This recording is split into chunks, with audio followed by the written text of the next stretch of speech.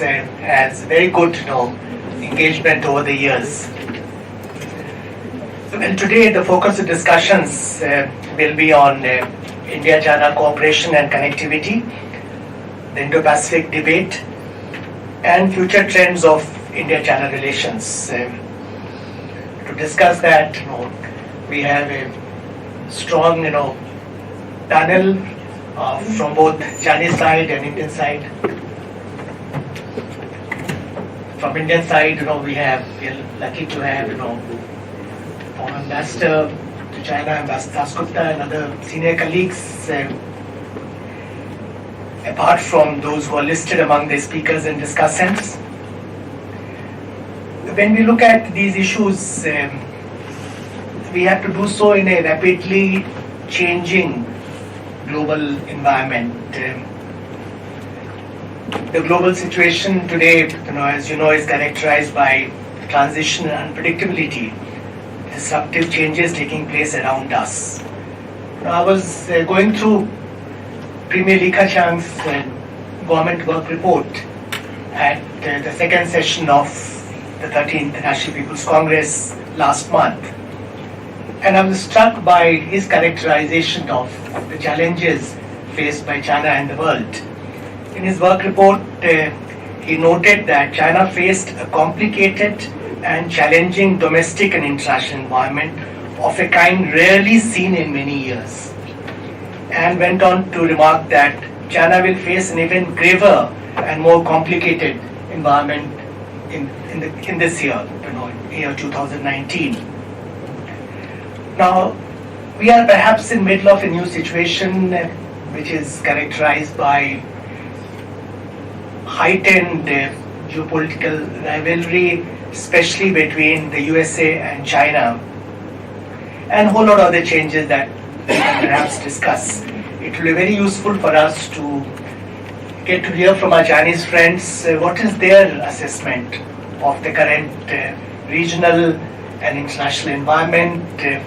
How do they look at prospects for an early trade deal in ongoing negotiations between China and the USA, whether such a deal, which is likely to materialize, will bring about a fundamental change in developments and trends that we have witnessed over the last 18 months or so, characterized by escalation in geopolitical rivalry between China and the USA, or whether we have entered a new normal in terms of heightened strategic rivalry.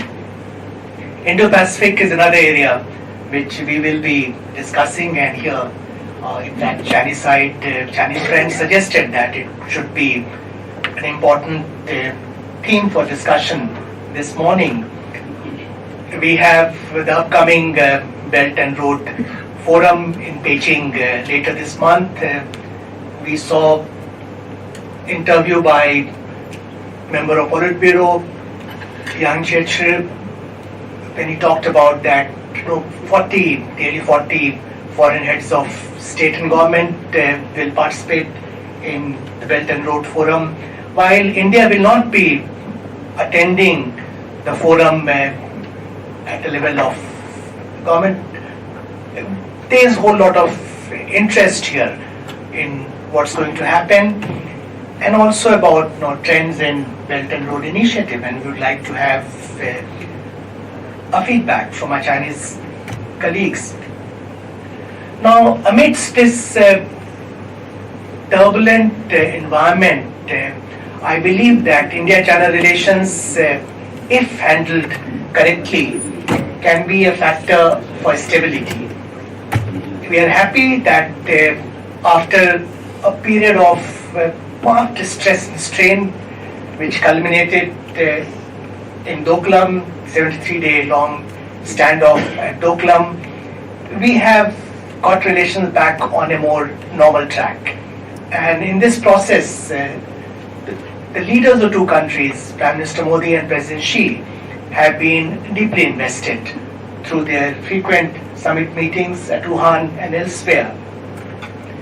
But the challenge before us is to look at the current improvement in relations as a window of opportunities and see if we can address outstanding issues in a manner which will ensure that relations are put on a firmer, more sustainable footing.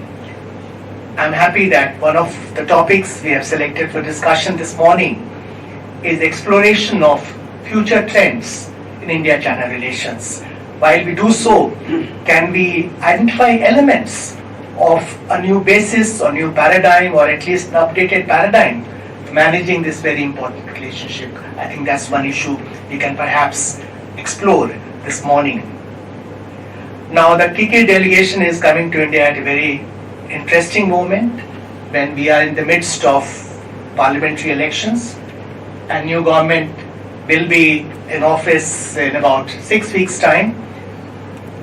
That gives us another reason why we should take stock of where we stand in our relations, exchange notes on various issues, bilateral, regional, multilateral and global, and see if we can impart a fresh impetus to India-China engagement and see if we can identify some new elements which could form part of the agenda of the new government in its dealings with China.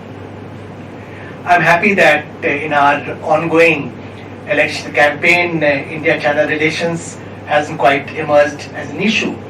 But as you engage with various think tanks over the next 2 days, you will no doubt discern that there are underlying anxieties that need to be taken on board and addressed. So let me once again welcome Dr. Fu and his colleagues from Beijing and express the hope that we'll have very productive discussions this morning. So let me invite Dr. Fu Mangza to make his remarks. Dr. Fu. Dr. Kang, ladies and gentlemen, good morning. I'm fully agree with what Dr. Kang said just now about the whole picture of the world situation and China-India's relations, including China's domestic situation. Since times, at the moment of this years, India here is a very comfortable citizens, big organized, very big delegation to visit here. Besides, except Mr. Hu, he is your old friend. Five members of our delegation is the first time to visit India, new country. Before we arrive here, what we think, what we say, what we hear, just from radio, television, newspaper, books.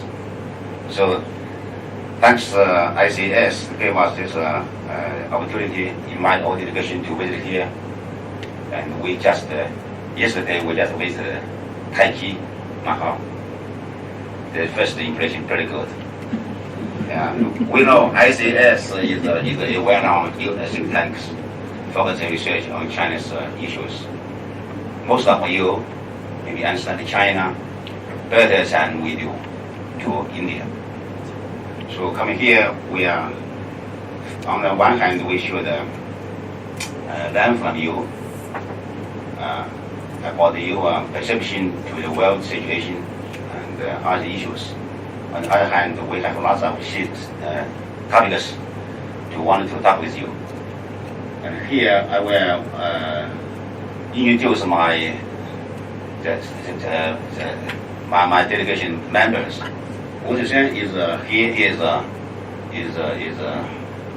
director of Institute of South Asian Studies. This institute is just established last year.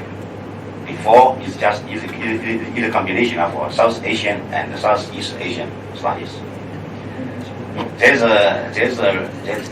means CICIR and the Chinese sides give top importance to the Indian studies. And also here is a promise scholars and just get a promotion in terms of his living treatment. Yeah, is equal to Vice President Okay.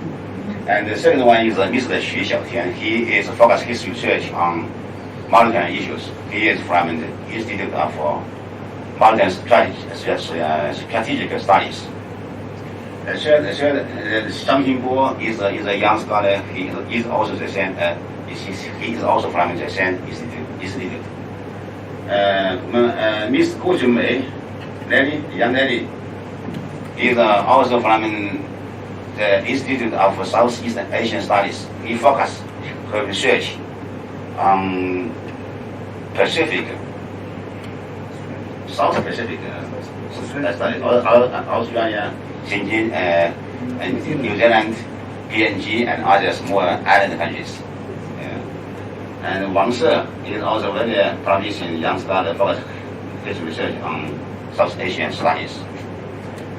So I used to be the director of Institute for American Studies, and then assistant president, now vice president of CICIR.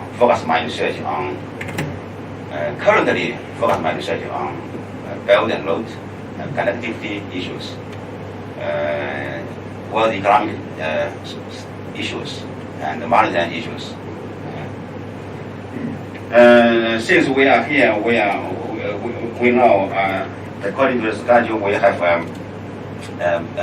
very important topics to discuss, and we are eager to know since your election will be have an answer. We can hear what's your predictions on the elections. But I know many people say never has an exact prediction of Indian election presidency elections. But we just discuss, okay? Yeah, thank you. And okay.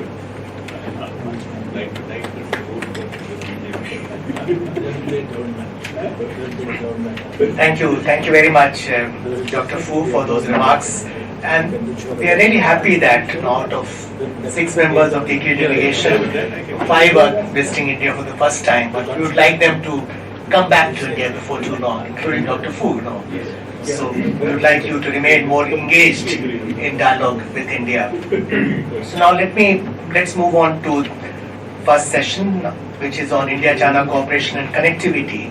And here we'll be focusing more on maritime dimension, but please feel free to raise other aspects of connectivity as well, including the Belt and Road initiative. That will be of, as I mentioned earlier, that will be of great interest to us.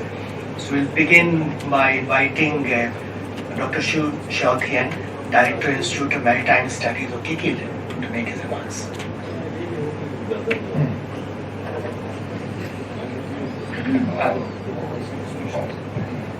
Please let me introduce that Professor Xu is good at Russian, so I'll interpret for Professor Xu. So I'm so sorry.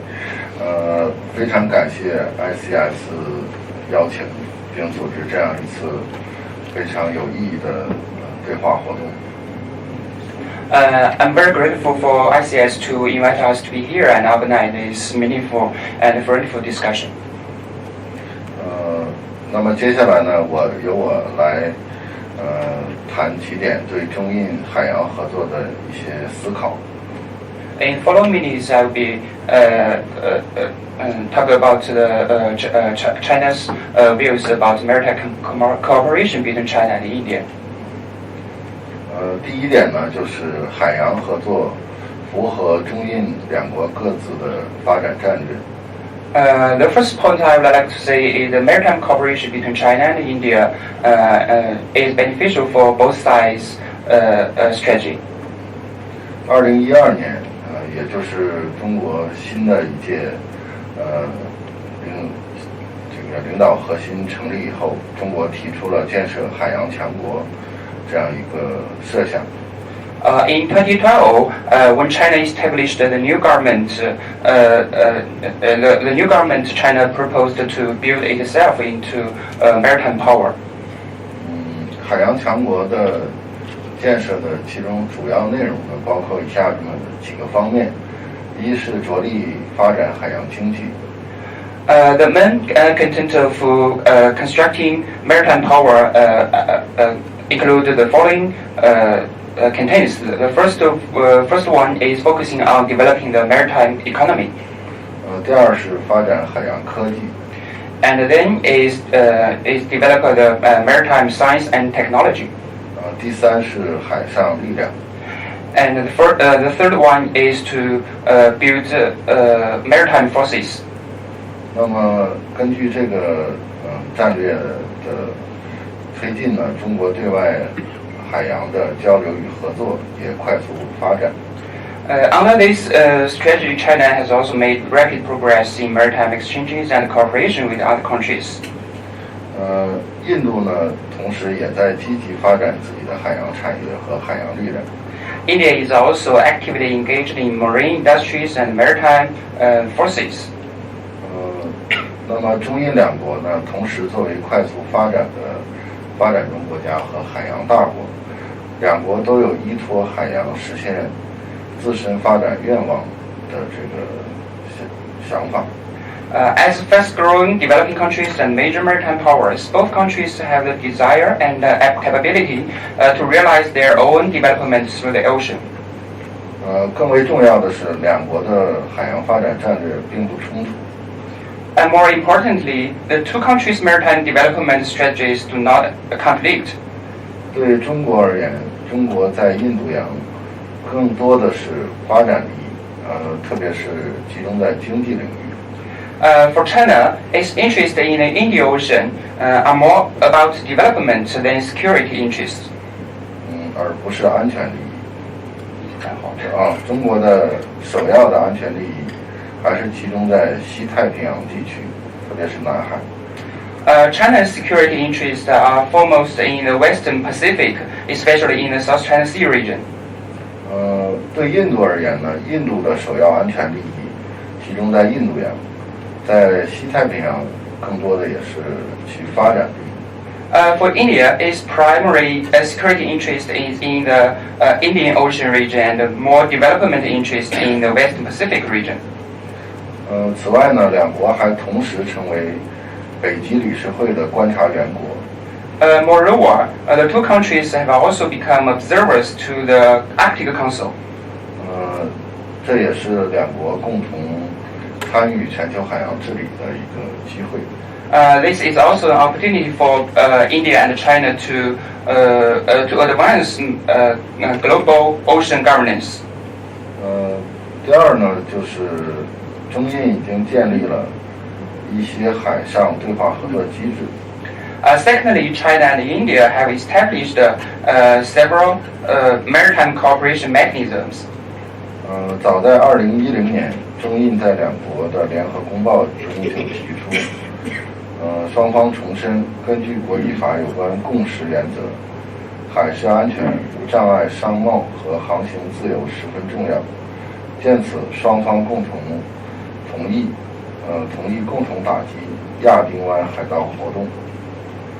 As early as 2010, China and India stated in their joint communique, the two sides reaffirmed the importance of maritime safety, barrier-free trade, and freedom of navigation in accordance with the principles of international law. 2014年，中印决定建立海上合作对话机制，就海洋事务、海上安全、航行自由和两国海洋机构合作等问题交换意见。In 2014, China and India decided to establish a maritime cooperation dialogue mechanism to exchange views on maritime affairs, maritime security, freedom of navigation, and cooperation among the two countries' maritime institutions. 那么，2016年2月，中印首轮海上合作对话在新德里举行。In February 2016, the first round of China-India maritime cooperation dialogue was held in New Delhi. 2018年7月，中印在北京举行了第二轮的海上对话。And in July 2018, China and India held the second round of maritime cooperation dialogue in Beijing. 那么，在这个对话机制下，两国就彼此的海洋发展战略、海上安全形势和海上合作深入交换意见。Under this mechanism, the two countries had an in-depth exchange of views on each other's maritime development strategy, maritime security situation, and maritime cooperation. 那么，同意以两国领导人重要共识为指引，加强政策沟通，拓展海军交流、海洋科技、海上搜救等领域的务实合作。And they agreed to follow the important consensus reached by the leaders of the two countries to strengthen policy communication and expand practical cooperation in naval exchanges, marine science and technology, and maritime search and rescue. 那么就中印的海上合作呢，我们也提出2点建议。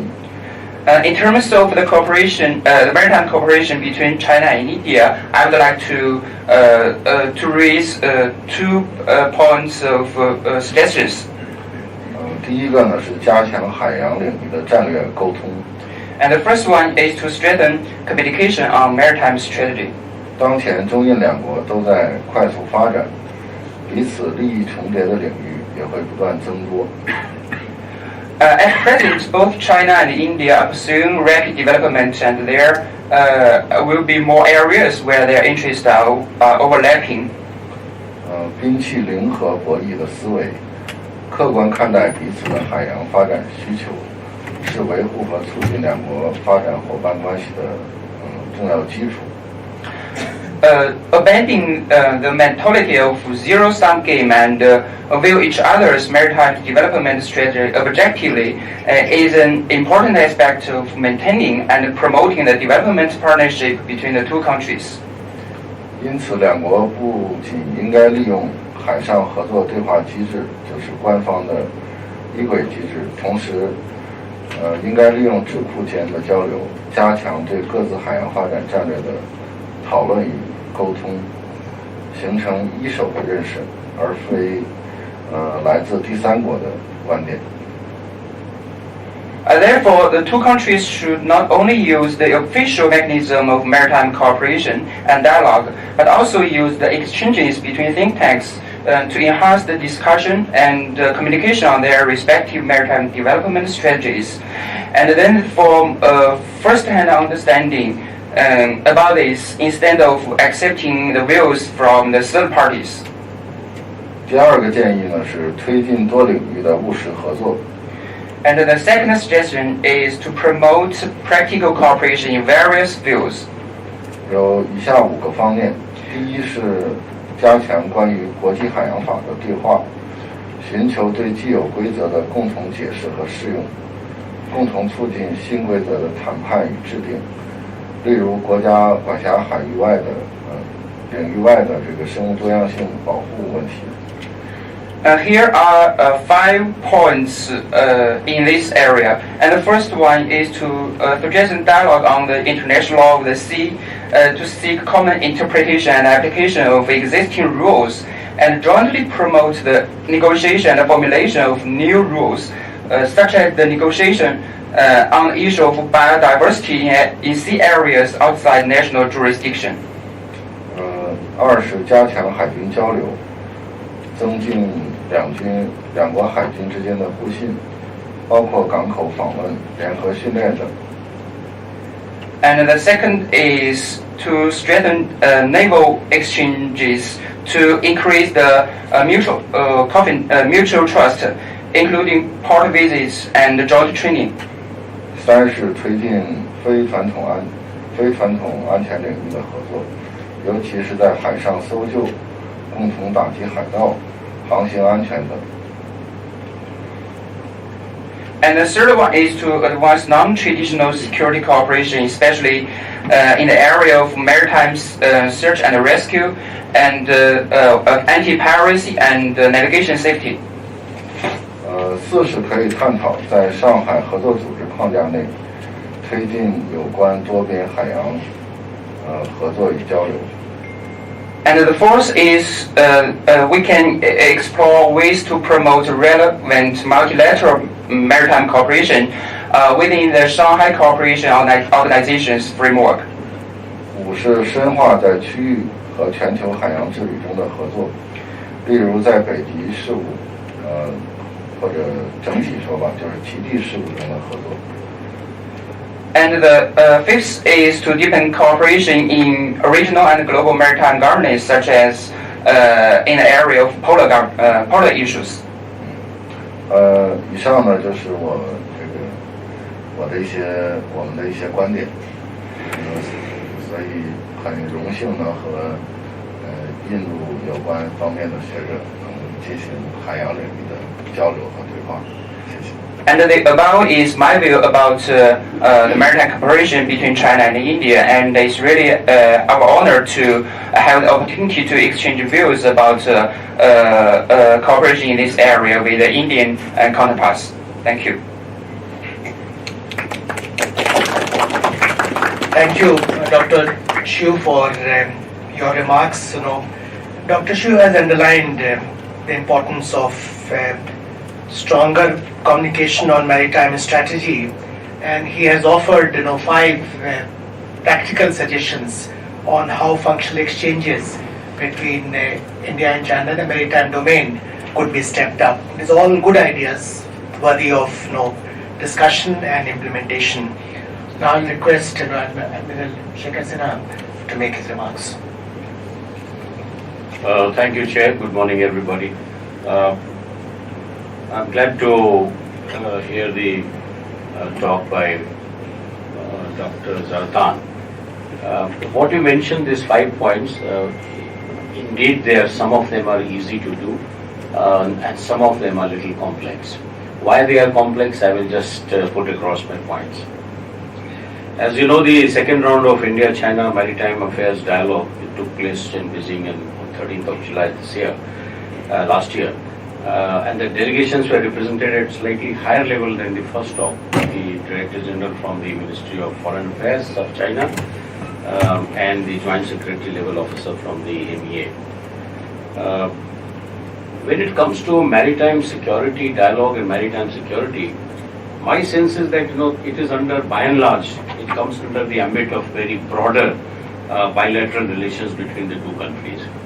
The two political leaders have emphasized the importance of China-India maintaining peace and stability in the region, which is fundamentally needed for the prosperity of our citizens.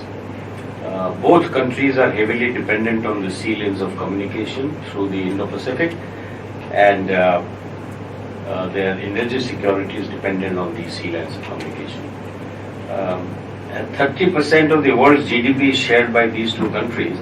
Thus, they are the engines of growth as far as the world economy is concerned. I rightly said that we should not only wait for the official channels to talk, and the track 1 and track 2, track 1.5 talk should go on, and that is how we are here. And ICS has made very commendable progress and input on that. I think the maritime cooperation issue that you mentioned, particularly joint exercises, visit to ports, and strengthening other areas which are directly related to security, they will be very gradual because we have to build consensus. We may have a lot of, we see things in a different manner. You see things in a different manner, so that has to be, some convergence has to be, reached. As we are observing now that the think tanks, the track 2, 1.5, they have all begun to explore the common grounds, and that is why we are here.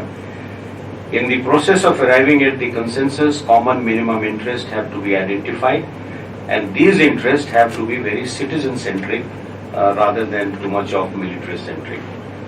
In our conversation, this type of conversation, we will have to build awareness and share information, best practices of both countries, technologies, capacities, etc., etc. And these areas of cooperation should ultimately result in building subsequently enough confidence in each other, which is right now looking more complex. As Dr. Fu mentioned initially that the Indians know the Chinese better and the Chinese have to know Indians better. So I'm glad that you are making very frequent visits. We request you to come here more often. Ultimately, my sense is that the chemistry between two of our leaders will hold key to the final resolution of all these security related issues. But let me flag the issues on which we could come together without having to wait for the complex issues to get resolved. And one of them, which global governance of the oceans, which you mentioned just now, it is something that we can be together.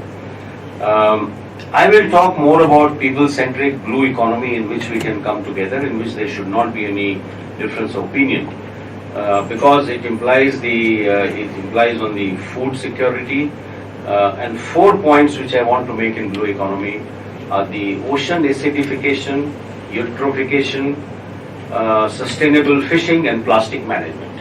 These are very important issues. Very briefly, I'll say that the industrialization has increased acidification of the oceans by 30%, and it is estimated to cross 50% by the end of the century. So it has implications on the resource management, and therefore we need to pay attention to this, because as you know that our population is heavily dependent on the fish, marine life for the protein input, and that's going to get reduced quite rapidly. The second point is the pollution and the eutrophication. It deals with the sewage, fertilizer, industrial waste, and agricultural waste making their way into the oceans through the water bodies. They lead to algae bloom and deoxification of sea, and ultimately suffocate the marine life. So this is another area we can talk to each other on what is the scientific development in each other's country and what are we thinking about and how can we cooperate. Next one is the sustainable fishing practices. Is another area. China and India are two largest producers of the fish in the world. 3 billion people rely on fish for protein, and it has been said that the 1/3 of the world's fish has been lost because of the commercial activity. At the present rate of fishing, the future availability of protein will come down catastrophically. China and India must lead by creating institutions of regional fisheries management organization, and this is an easy thing to do, and we can get on with this very quickly. The last area of cooperation that I think in the blue economy is in the Indo-Pacific would be the area of plastic pollution. One estimate indicates that the total weight of plastic bottles alone is 268,940 tons. So that's one hell of a lot. And then we have the plastic bags and microbeads. They amount to roughly 5,250 billion pieces which are floating in the oceans. And majority of them are in the Indian Ocean and the Pacific. Regrettably, these North Pacific and Indian Ocean pollutions can be checked, and 5 countries who contribute the most, Thailand, Indonesia, Vietnam, Philippines, and regrettably also includes China. The currents in the Malacca Straits have brought these pollutants from South China Sea to Bay of Bengal in a very large quantity. Being prominent stakeholders, India and China have an important role in the ocean governance, as you mentioned. There is need to find convergence in forums like ASEAN, in the East Asia Summit, Djibouti Code, IORA. These are the forums in which we can make these small groups, organizations to take care of these issues. The forums which cover both oceans are ideally placed for China and India to lead. Task forces need to be formed. A couple of weeks ago, Nordic countries have proposed UN laws on plastic at sea. China and India can cooperate on this mechanism and make a regional mechanism organization. As far as maritime security cooperation, both countries have interest. World's 90% trade is traversing overseas, and we have very, very strong commitment to keeping the sea lanes of communication secured. These would factor development in international regimes such as UNCLOS and IMO, which you mentioned, in the security establishments and bureaucratic issues of border, blocking of certain proposals. These are the ones who are preventing the building of confidence between two countries, and I'm sure that it will be discussed. So these areas notwithstanding, I have flagged 4 or 5 issues in the beginning where agreement can be reached in a shorter duration of time. Thank you.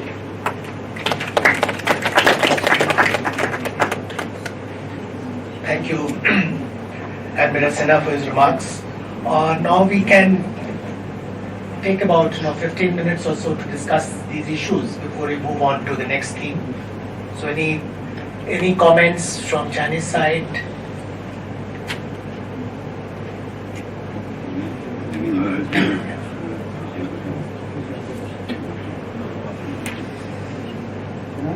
Yeah, please. Yeah. Thank you, Mr. Ambassador. Very glad to be back again. Just now we listened. We have two presentations on the maritime cooperation. Just a comment is that with India and China becoming more and more committed to developing into maritime powers, it needs more efforts and driving material and resources to concentrate on the maritime cooperation, especially just now Mr. Admiral, Vice Admiral mentioned the several areas. Although we now have 2 rounds of maritime dialogues, it's still just dialogues without visible cooperation on the ground. I think that since that the developmental cooperation should become the major focus of our bilateral relations in the coming future. So the maritime cooperation, especially on the non-traditional securities, should be pay more attention. We sincerely hope that in the coming dialogues, maritime dialogues or cooperation dialogues, they really lead some feasible cooperation on the ground, like the maritime resources usage, like the diversity, how to protection and diversity of the maritime resources, and also the sustainability, how to fight against the pollution, and also some piracy or non-traditional security threats. But still, we are still stopped at talking issue at least. Even the maritime dialogue was held irregularly.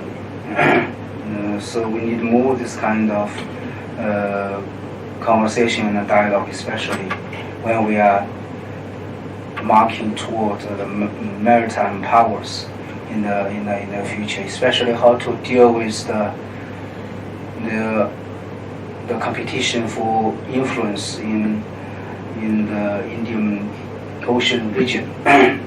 How to make it a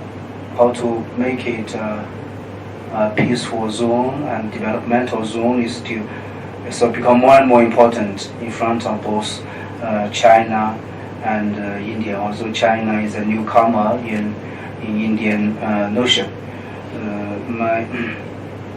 One of the obstacles in this region, my personal view, is that they still lack a mechanism which includes all the important stakeholders. I mean that they still lack a mechanism including America, India, Japan, Russia, China, ASEAN, at least. There is some mechanisms, but it seems to me still is still in the sense of confrontation, not in the sense of really cooperation. That could be the major challenge in front of us. But if both India, especially India, can initiate a more inclusive mechanism, including all the important stakeholders, I think that will be very good for the future of Indian Ocean, or for the future of Sino-Indian maritime cooperation. That is just a comment. Thank you, Dr. Hu. Ambassador Yogendra Kumar. Thank you. I think very enlightening conversation. I see Dr. Shu. Do you understand English, Dr. Shu? Okay, good. Thank you. Just 1 or 2 points. One is that I think we can learn quite a bit from China, particularly in coastal management zones, which is what we are actually trying to do now, both in terms of ecologically sustainable and which are commercially and economically much more revenue generative. Like I read some time back that one of the Chinese ports, I forget which port it is, I think the rate of return is about 5 times the investment made in that. So some of these practices can be useful part of the think tank network. The second thing was mentioned by Admiral Sinha regarding ocean pollution and so on and so forth. And the fact, and Dr. Shu mentioned about discussions on biodiversity. Now, one is reading that there are discussions going on in the United Nations about the maritime protected zones, and a lot of these are actually out in the wide ocean. And they actually are being developed, or the discussions are such that these maritime protected zones would actually be the exclusive domain of exploitation by the multinational corporations. They are actually masquerading under the flag of the various nation states, but it is these commercial interests that are going to actually monopolize the resources in the ocean. So I'm just wondering, in one way, some of these maritime protected zones are not really the worst kind of maritime zones in terms of the pollution, so on and so forth, but they actually contain a lot of ocean resources. So I'm just wondering whether on both sides, the Chinese and the Indian side, whether we have some knowledge as to how the discussions are developing and whether there is a prospect where cooperation is possible. Thank you, Mr. Chairman.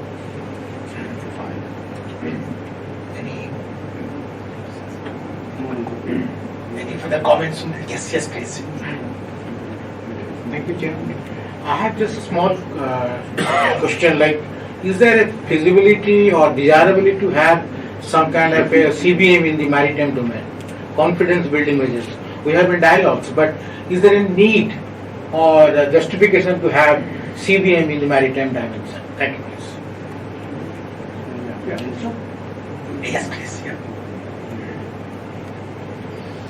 Professor Sri Prakash from Academy of International Studies, I believe that China is in the process of developing several new ports in the Indian Ocean as well as neighboring zones, in Burma, in Sri Lanka, in Maldives, and the Gwadar port in Pakistan.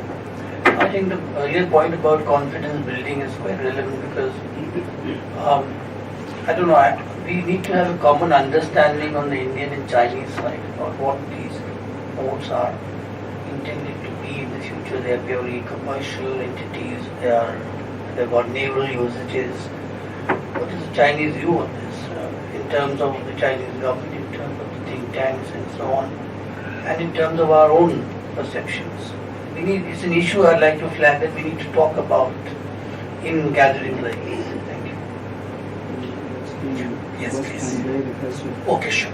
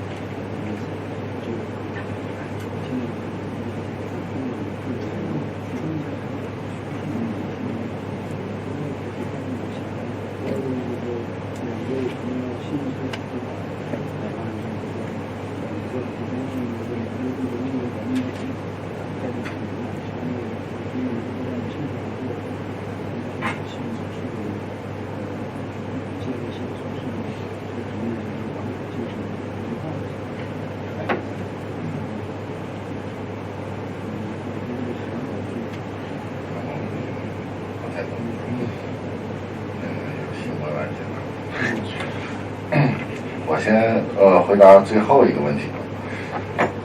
First of all, I would like to give some response about the last question. 从这个中国的“一带一路”倡议提出以后呢，我们和印度洋的很多国家开展这个就是海上丝绸之路建设。After China's initiative of Belt and Road construction, China advanced its cooperation with the Indian countries in areas of infrastructure construction.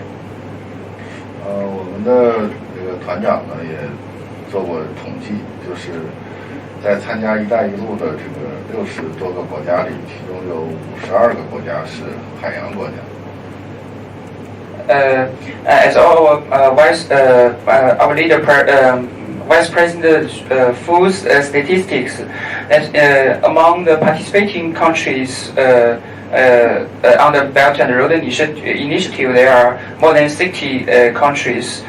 Among these countries, 52 are coastal states. 那么在海上丝绸之路建设的过程中呢，其中很多内容和港口建设是相关的，因为它最终的目的是要带动这个货物畅通。我们讲的五通，其中最主要的一点就是货物畅通。In the process in the construction process of Maritime Silk Road, there are many areas are related to the port construction, which intends to bring the free flow of goods. 那么这些港口建设呢，主要还是服务于这个经济目的或者是商业目的。刚才我也讲了，中国在印度洋没有重大的这个安全利益。In the construction, port construction, it mainly aims to the economic and commercial purpose. As I mentioned above, China do not have significant security interest in the Indian Ocean. 我们这次访问呢，刚刚从汉曼托塔港来到了这个印度。We just visited the Hambantota port before we arrived in India. 第一个访问汉曼托塔港的军舰是来自于日本，而不是印度。Do you know that the first military ship visited Hambantota port is from India, and the second is from Japan. Second also Indian military ships, and the third is followed by Japan military ships. 所以说呢，在这个印度洋海域的中国的所有港口建设、所有行为，其实都是高度透明的。至少对印度来讲。So China's projects in the Indian Ocean, especially the port construction, is highly transparent to the Indian side. 关于那个海洋保护区。About the maritime protected area, I would like to give some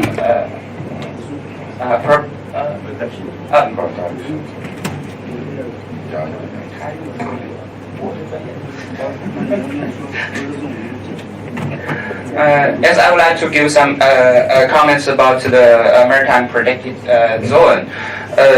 Yes, the maritime protection of maritime environment is very important nowadays. And China, with the development of China's maritime strategy, China also emphasized the importance of protection of the marine environmental.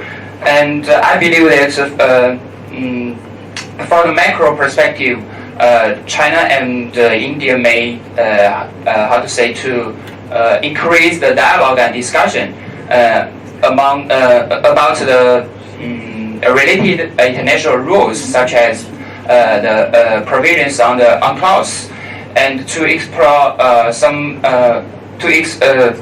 some uniform interpretation and application of these rules to the certain maritime areas.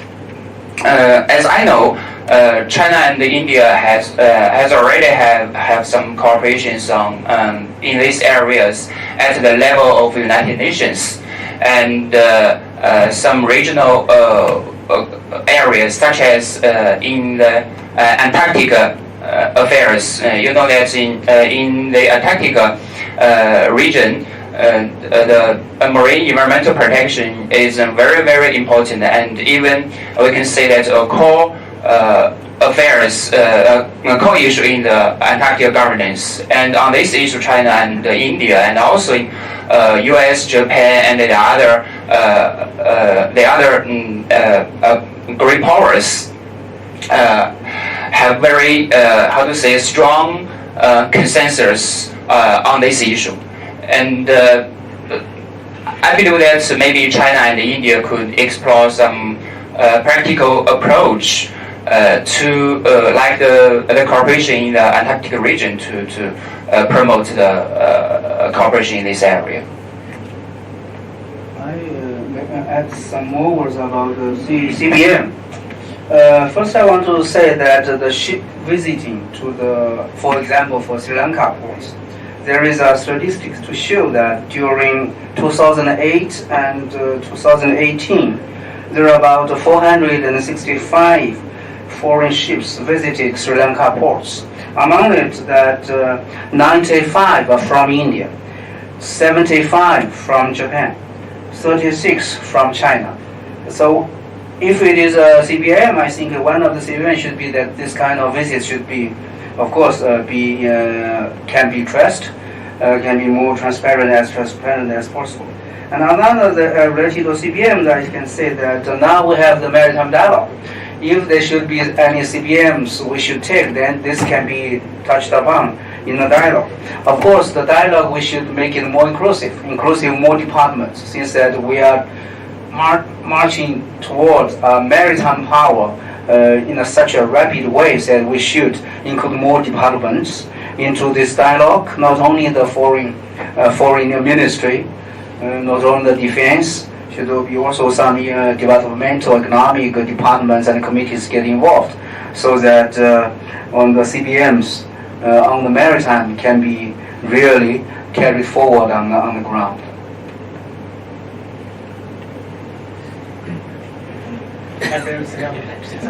I just want to make 2-3 points.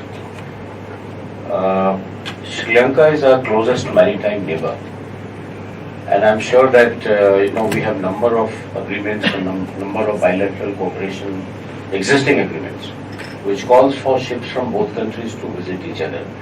If Indian ships don't visit Sri Lanka the maximum, I don't expect. If Chinese ships start visiting, then I'll get worried. So this is I think this is something which you need to keep in mind. The second thing is to say that your interest is only economic, and that is why the ports are coming up. I would like to draw your attention to the military strategy paper which came out in 2015 on the 27th of May, and I keep quoting this. It says that it is necessary for China to develop a modern maritime force structure commensurate with its national security and development interests, safeguard its national sovereignty and maritime rights and interests, protect the security of strategic slops and overseas interests. Now the point is that China said the same thing about Djibouti port, that it is completely commercial. You look at it, you got a massive 3,000 people sitting there, it's like a base. Similar things are going to happen in many places. So when you say it should be more transparent, I think our problem is that we feel that China is opaque. So that is where we have to work very hard, and therefore the dialogues which are going on, they will continue at the official level, and the two leaders, their chemistry, I feel, my sense is that it will drive the agenda of all the security concerns. Because when you say maritime doesn't mean only what is happening on the ocean. Maritime has a diplomatic, it has a strategic, it has an economic, all kinds of issues, and that is how it becomes maritime. It's not a geopolitical context. It can't be seen all by itself that you can come to this place, you offload your items. No, it is not so.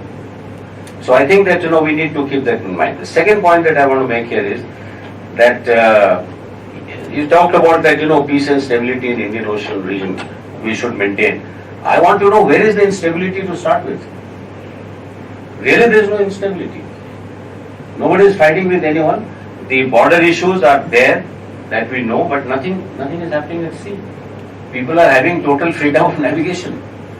So I don't think that it requires, and all these days before China came to Indian Ocean, the rest of the world has been using this as a global commons commercial activity in the Indian Ocean.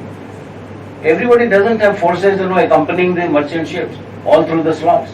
Not required. Because as per UNCLOS you are entitled to do this. So when you said that okay, we want to see have a discussion on UNCLOS, yes, it is time for relook at UNCLOS and a lot of these things can be included.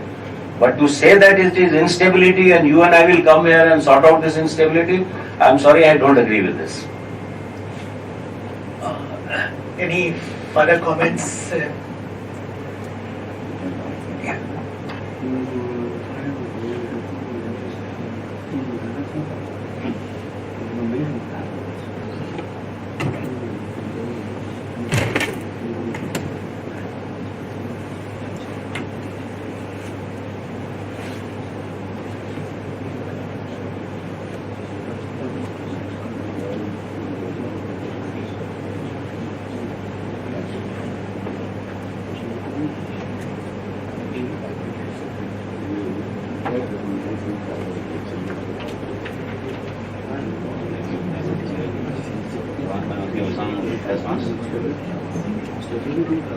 Okay, thank you, Mr. Weiss and Shafishing comments. And hello. A couple years ago, I visited Djibouti. It's a very small country in Northeast Africa. Very hard condition to live. No water for drink.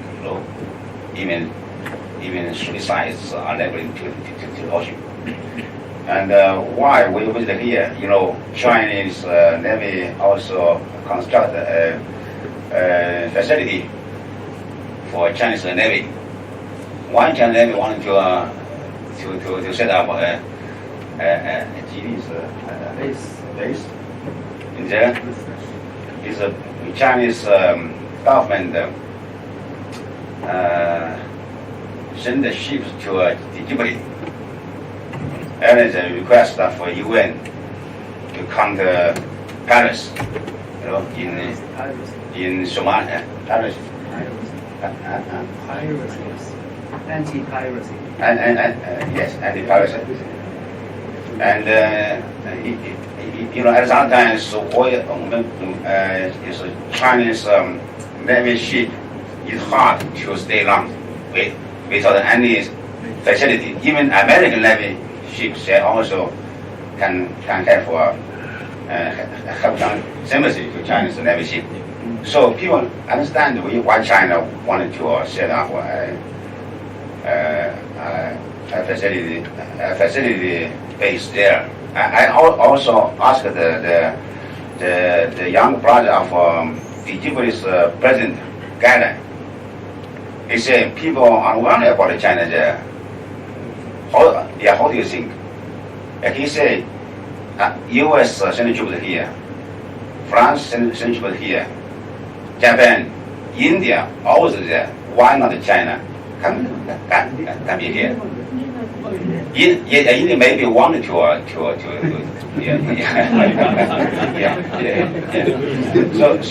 So I think India also, of course, is U.S. priority consideration from strategic perspectives. We also know that China needs the maritime, the sea line for transportation. China is almost import and export 80% that has to cross the Malacca Strait. So I think India also maybe should consider the other countries' interest, including China. We also think you are totally have some competence to inclusive Indian Ocean. And I want to ask Mr. Xinhan. He just talked about that China India's contact is increasing, and I hope that since our bilateral relation is improving, especially since last visit of Modi to China. We know the political contact, economic ties, and other contacts are also strengthened. How about the India and China's military aspect? Do we have some basic mutual trust when we meet each other? Thank you. Yeah, please. Something. You are just now, we mistakenly thinking that India should have a base in Djibouti. But you said that no. It seems that you have a lot of facilities, infrastructure support in the Indian Ocean Rim. You don't need it. But as I know that you have some similar MOU agreements with Singapore, for example, that you have the logistic exchanging support, this kind of agreements, just like US and India have the MOU. So it depends on requirements. If you require, like the Djibouti facility base, it is really, at least that is really a base facilities for supporting or for the refreshment of the Chinese navies in the Ocean Sea. If the Djibouti regard is not a threat, while Indian regard is as a big concern, and it is also surrounded by all the Western or U.S. allies military bases. So don't feel it is much worried. One day, when Indians' visible presence in the Western Pacific becoming more and more visible, I think that India will also like to build more this kind of supporting bases, even in the Western Pacific. I think it is just following the requirements. There are two preconditions. One that you require, the other is that the others accept your presence. If that can be reached common ground, that is okay, because it is the public goods anyway, the slopes safety. Any further comments? If not, we will take a short break. We'll continue this discussion after tea break. But let me say that it has been a very good session so far. Maritime cooperation is one area which hasn't received enough attention. We are moving towards a situation where the footprints of Indian Navy and PLA Navy will increasingly overlap, both in Western Pacific and Indian Ocean region. It's very important that we should understand each other's concerns, and we should also develop the habit of working together. So this kind of dialogue is extremely useful, and it supplements, government to government level maritime dialogue, which is of fairly recent origin. We started only 2 years ago. So far there have been only 2 rounds of discussions. So we welcome this kind of dialogue. We'll take a short break and come back after about 15 minutes.